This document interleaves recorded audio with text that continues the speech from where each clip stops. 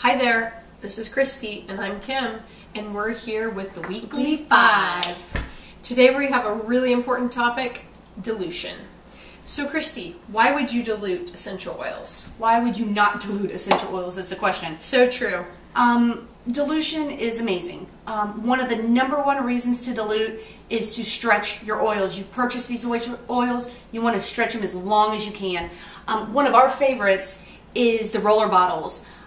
Basically, the key here is 1/3 of your doTerra essential oil to 2/3 of your carrier oil, which would possibly be your fractionated coconut oil, maybe even your olive oil, extra virgin olive oil, whatever's in your kitchen. That's kind of up to you. You might also want to play with this a little bit. If it's a little too strong for you, you can make it even less or more, just kind of however you want to do it. Some other ways to stretch might be using lotions in your little tube here, your essential oil plus lotion. Also your household cleaners that you would probably use water with, distilled water, tap water. Make sure that if you do that, you give a little shake every time you use it, because the water and the oil, they don't mix. No, they don't like each other. They don't like each other. I love how dilution makes things more user-friendly. I love that if you, have sore joints in your hands, then you're mixing an oil with the lotion is going to make you more likely to use it. If you got, tummy troubles, mixing tummy oil with my personal favorite, digestion. Yes. With the oil, having it already there in the bottle, it's going to make you more likely to use it. You can throw it in the purse. Yep. That sort of thing. There are some a lot of people will say to me, dilution, does that make things weaker? It's like they're kind of making their oils not as good. But let me tell you why they're actually better. #1, you're going to moisturize the skin that you're applying it to. One of our favorite locations to apply essential oils to is the bottoms of the feet, because you have huge pores there. They very readily accept the oils. But sometimes the feet are a little dry and crusty. A little bit. So if you're going to put some wonderful coconut oil, which we all know how good it is for the skin. My favorite, by the way, is coconut oil to dilute with, because it's not quite as greasy as olive oil. However, olive oil is there for you if you need. And many other oils. Any cooking oil is going to be fine. So you're going to moisturize that skin. You're going to make the absorption of the oil actually better. The other thing you're going to do is you're going to, as you're stretching the oil in a carrier, you're actually increasing the number of cells that come in contact with that oil. So you're increasing the absorption once again with that oil. I love that. Rather than covering a small area, you're covering a larger area, and you're touching more cells with that oil. Another thing is the essential oils, they evaporate quite easily. They're known for that. And so when you mix them with an oil that does not evaporate quickly, then you're going to actually keep them on the surface of the skin much longer.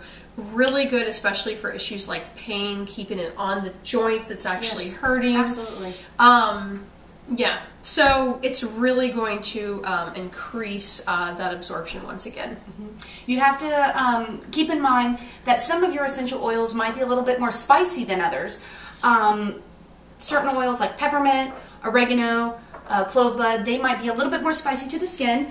And a lot of times for younger children, a lot of the oils will be a little bit more spicy than for us adults.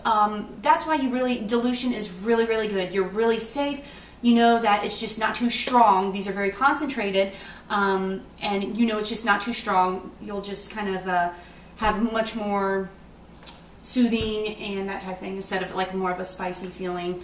And then you can actually kind of play with that dilution as well. If you wanted a little bit more spicy, or if you wanted a little bit more just neutralized, you can kind of adjust that fractionated coconut oil or lotion or whatever. And if you were to feel that spicy feeling, what you would do is, it's not too late. Add a carrier later. Absolutely. And you can actually dilute it after you've already put it on. Yeah. I really like diluting oils when I'm giving them out as samples, especially because you don't have someone come back and say, oh, I had an allergic reaction to oregano, it was spicy. Right. you keep them in a form that's going to have the people feel and know that they're safe and all natural to use. Now, there's a couple of times too, the term neat refers to when putting an oil on without any dilution. And there's a couple of times when I'll do that. Overall, I'm a really heavy diluter. I like to dilute. But there's a couple of times, if I'm burned on the stove, I'm definitely going to just grab my lavender. I'm going to start slapping that right on the burn. I know, you know, if we're having ear pain, maybe suffering from some respiratory thing and dealing with some ear pain. I'm going to grab the basil and the melaleuca. You know, just wipe right in the ear, never drip inside the ear or anything like that. Nice little swipe, or even right under the earlobe. Yeah, so there's a few times. I really like that the Modern Essentials book, which you all should have, gives really good clues to dilution, which are the spicy oils. It's a chart right in the back, so don't be afraid. As far as one more reason for dilution, my friend Pam Howe taught me this. She's really sciencey and I love it. She said there's a study where it talks about how essential oils can have over 100 constituents or active ingredients at times. When they're in this little tiny bottle, they're all huddled together and snug. When you dilute them, they open up and fly and they expose all their constituents. I really love that. And so I think that concludes our dilution for today. For your oils, dilute. Thank you.